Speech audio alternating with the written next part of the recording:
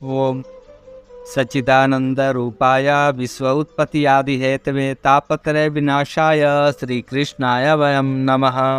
सभी भक्तों को राधे राधे। श्रीमद् भागवत महापुराण कथा अष्टम स्कंद 22वां अध्याय। बलि के द्वारा भगवान की स्तुति और भगवान का उस पर प्रसन्न होना।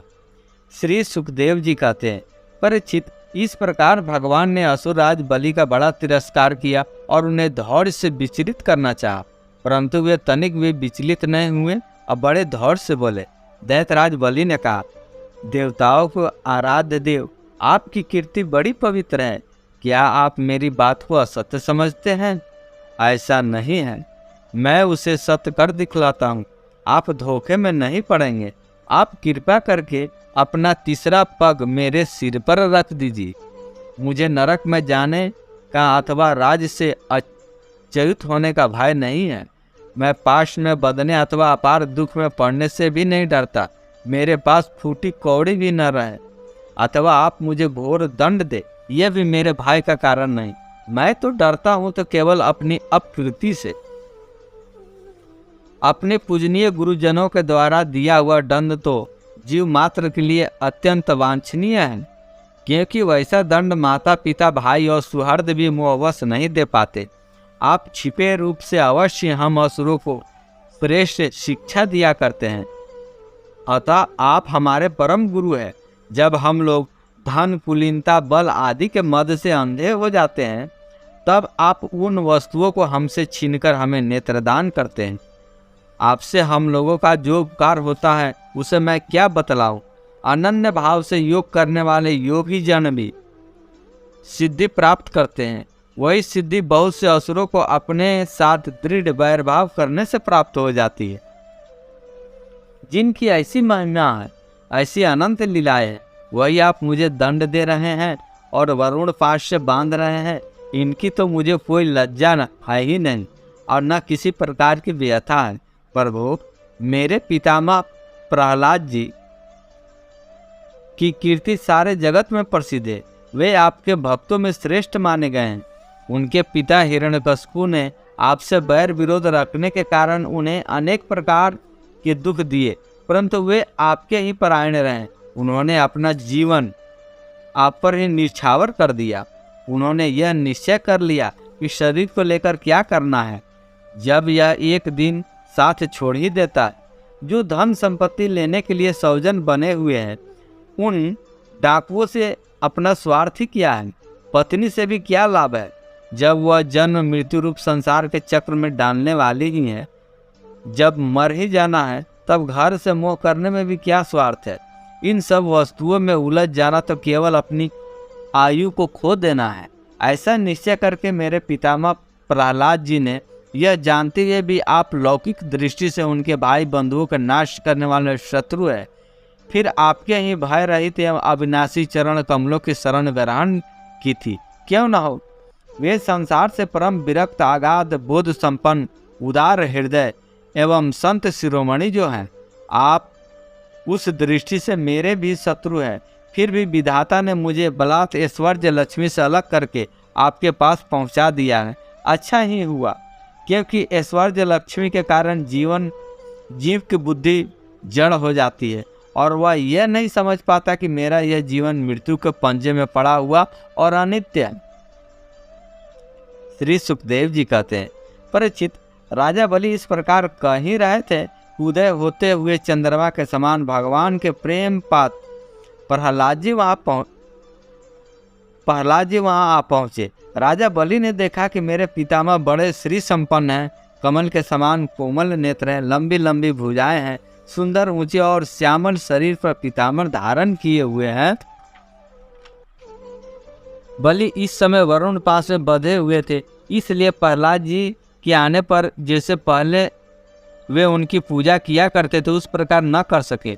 उनके नेत्र आंसुओं से चंचल हो उठे, लज्जा के मारे मुंह नीचा हो गया। उन्होंने केवल सिर झुकाकर उन्हें नमस्कार किया। प्रहलाद जी ने देखा कि भक्त वत्सल भगवान वही विराजमान है। सुनंद नंद आदि पार्षद उनकी सेवा कर रहे हैं। प्रेम के उद्रेक से प्रहलाद जी का शरीर पुलकित हो गया। उनकी आंखों में आंसू छलकाए वे आनंदपूर्ण हृदय से सिर झुकाए अपने स्वामी के पास गए और पृथ्वी पर सिर रखकर उन्हें साष्टांग प्रणाम किया।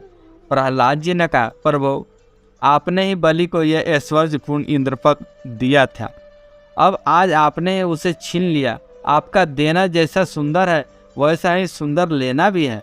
मैं समझता हूँ आपने इस पर बड़ी भारी कृपा की है। जो आत्मा को मोहित करने वाले राज लक्ष्मी से इसे अलग कर दिया। पर वो लक्ष्मी के मत से तो विद्वान पुरुष भी मोहित हो जाते हैं। उसके रहते भला अपने वास्तविक स्वरूप को ठीक ठीक कौन जान सकता है। अतः उस लक्ष्मी को छीनकर महान उपकार करने वाले समस्त जगत के महान ईश्वर, सबके हृदय में विराजमान और सबके परम साक्षी श्री नारायण देव को मैं प्रणाम करता हूँ। श्री सुखदेव जी कहते हैं, परीक्षित, प्रहलाद जी अंजलि बांधकर खड़े थे। उनके सामने ही भगवान ब्रह्मा जी ने वामन भगवान से कुछ कहना चाहा, परंतु इतने में ही राजा बलि के परम साध्वी पत्नी विंध्यावली ने अपने पति को बंधा देकर भयभीत हो भगवान के चरणों में प्रणाम किया और हाथ जोड़ मुंह नीचा करके वो भगवान से बोली। विंध्यावली ने कहा, प्रभु आपने अपनी कीड़ा के लिए ही इस संपूर्ण जगत की रचना की है। जो लोग कुबुद्धि हैं वे ही अपने को इसका स्वामी मानते हैं। जब आप ही इसके कर्ता भर्ता और संहारता है, तब आपकी माया से मोहित होकर अपने को झूठ मूठ कर्ता मानने वाले निर्लज आपको समर्पण क्या करेंगे। ब्रह्मा जी ने कहा, समस्त प्राणियों के जीवनदाता, उनके स्वामी और जगत स्वरूप देवादिदेव प्रभु, अब आप इसे छोड़ दीजिए। आपने इसका सर्वस्व ले लिया है, अतः अब यह दंड का पात्र नहीं है। इसने अपनी सारी भूमि पुण्य कर्मों से उपर्जित स्वर्ग आदि लोग अपना सर्वस्व तथा आत्मा तक आपको समर्पित कर दिया है। एवं ऐसा करते समय इसकी बुद्धि स्थिर रही, यह धौर्य से च्युत नहीं हुआ। पर वो जो मनुष्य सच्चे हृदय से कृपणता छोड़कर आपके चरणों का जल अर्घ देता है और केवल दुर्वा दल से ही आपकी सच्ची पूजा करता है, उसे भी उत्तम गति की प्राप्ति होती है। फिर बलि तो बड़ी प्रसन्नता से धैर्य और स्थिरता पूर्वक आपको त्रिलोकी का दान कर दिया है, तब यह दुख का भागी कैसे हो सकता है। श्री भगवान ने कहा, ब्रह्मा जी, मैं जिस पर कृपा करता हूँ उसका धन छीन लिया करता हूँ, क्योंकि जब मनुष्य धन के मत से मतवाला हो जाता है तब मेरा और लोगों का तिरस्कार करने लगता है। यह जीव अपने कर्मों के कारण विवश होकर अनेक योनियों में भटकता रहता है। जब कभी मेरी बड़ी कृपा से मनुष्य शरीर प्राप्त करता है, मनुष्य योनि में जन्म लेकर यदि कुलीनता, कर्म, अवस्था, रूप, विद्या, ऐश्वर्य और धन आदि के कारण घमंड न हो जाए तो समझना चाहिए कि मेरी बड़ी कृपा है। कुलीनता आदि बहुत से ऐसे कारण हैं जो अभिमान और जड़ता आदि उत्पन्न करके मनुष्य को कल्याण के समस्त साधनों से वंचित कर देते हैं, परंतु जो मेरे शरणागत होते हैं वे इनसे मोहित नहीं होते। यह बलि दानव है और दैत्य दोनों ही वंशों में अग्रगण्य और इनकी कीर्ति बढ़ने वाला है। इसने उस माया पर विजय प्राप्त कर ली है जिसे जितना अत्यंत कठिन है। तुम देख रहे हो, इतना दुख भोगने पर भी यह मोहित नहीं हुआ। इसका धन छीन गया, राजपद से अलग कर दिया गया, तरह तरह से आपेक्ष किए, शत्रुओं ने बांध लिया, भाई बंधु छोड़कर चले गए। इतनी यातनाएं भोगनी पड़ी, यहाँ तक कि गुरुदेव ने भी इसको डांटा, फटकारा और शाप तक दे दिया, परंतु इस दृढ़वर्ती ने अपनी प्रतिज्ञा नहीं छोड़ी।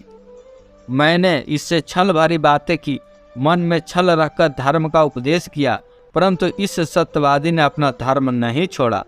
अतः मैंने इसे वह स्थान दिया है जो बड़े बड़े देवताओं को भी बड़ी कठिनाई से प्राप्त होता है। सारवणी मनवंतर में यह मेरा परम भक्त इंद्र होगा।